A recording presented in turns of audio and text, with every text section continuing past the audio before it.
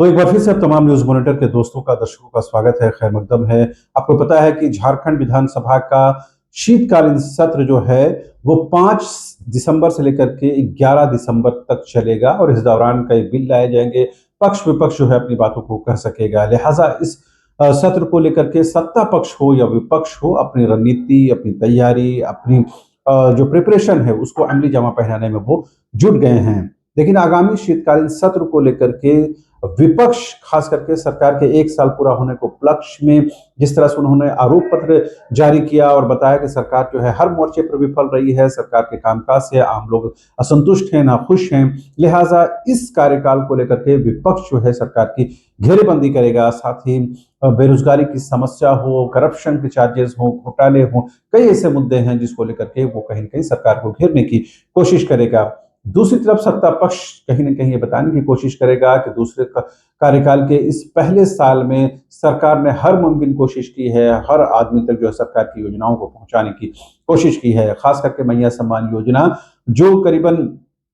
चुनाव से पहले शुरू हुआ, विधानसभा चुनाव से पहले, वो अब तक जारी है और लगातार उसमें पैसे भी आ रहे हैं। इसको एक उपलब्धि के तौर पर सरकार बता सकती है और बताने की कोशिश करेगी कि हमने जो कमिटमेंट और जो वादे किए, उसे हम निभा भी रहे हैं। साथ ही सरकार के 1 साल पूरे होने के उपलक्ष्य में जिस तरह करीबन 9,000 के करीब नियुक्ति पत्र बाँटे गए, उस विषय को लेकर के भी सरकार जो है अपना बखान कर सकती है। लेकिन नियुक्तियों का मामला तो भी और भी पेचीदा है कि बड़ी संख्या में जो नियुक्तियाँ हैं, वो खाली हैं। लेकिन इस बीच सत्र से पहले जो है सत्ता पक्ष हो या विपक्ष हो, अपने तौर पर रणनीति बनाने में जुटते हैं। लिहाजा ठीक जो है 5 तारीख से पहले से विपक्ष और सत्ता पक्ष जो है अपनी रणनीतियों को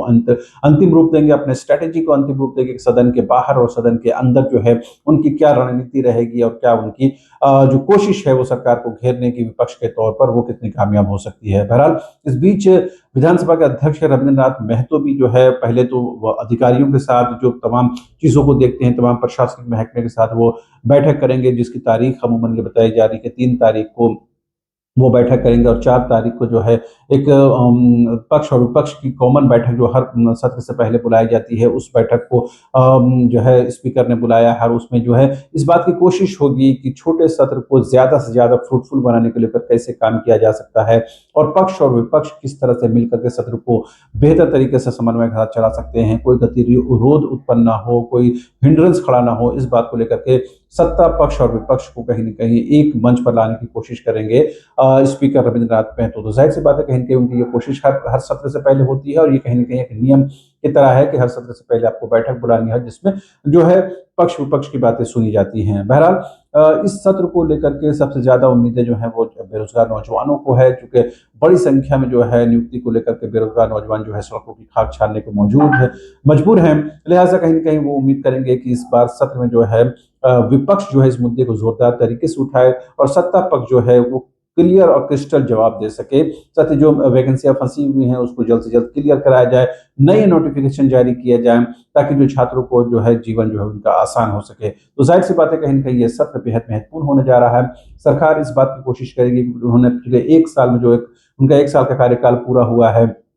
उस 1 साल में जो उपलब्धि रही है उसका बखान करेगी। विपक्ष इस बात को लेकर के सत्ता पक्ष को घेरेगा कि पिछले 1 साल में सरकार जो है हर मोर्चे के ऊपर रही है, जैसा कि उसके आरोप पत्र में भी दिखाया और बताया गया है। तो ज़ाहिर-सी बात है दोनों ही के पास अपने-अपने मुद्दे हैं, अपनी-अपनी बातें हैं। उन मुद्दों को लेकर के वो कहीं न कहीं सदन के अंदर और सदन के बाहर वो एक-दूसरे के जो है दो-दो हाथ करते हुए नज़र आएँगे और कोशिश इस बात की होनी चाहिए कि झारखंड की करीबन 3.5 करोड़ जनता के हितों का कहीं न कहीं सामने रखा जाए। राजनीति अपनी जगह है, सत्ता पक्ष की राजनीति या विपक्ष की राजनीति अपनी जगह है, लेकिन 3.5 करोड़ जनता के हक और हुकूक के साथ जो है कोई खिलवाड़ ना हो, उनके साथ जो है वेलफेयर स्कीम का उनको लाभ मिले, उनका जीवन आसान हो सके, उनको रोज़गार मिल सके और बेहतर जीवन यापन मिल सके, इस बात की कोशिश जो है सत्ता पक्ष और विपक्ष को करने की ज़रूरत है। लिहाज़ा सत्र से बहुत सारी उम्मीदें होती हैं, उम्मीद करनी चाहिए कि शीतकालीन सत्र जो है झारखंड के विकास और डेवलपमेंट के लिए एक मील का पत्थर साबित होगा। बहरहाल अभी के लिए इतना ही। आप तमाम दर्शकों का एक बार फिर से शुक्रिया।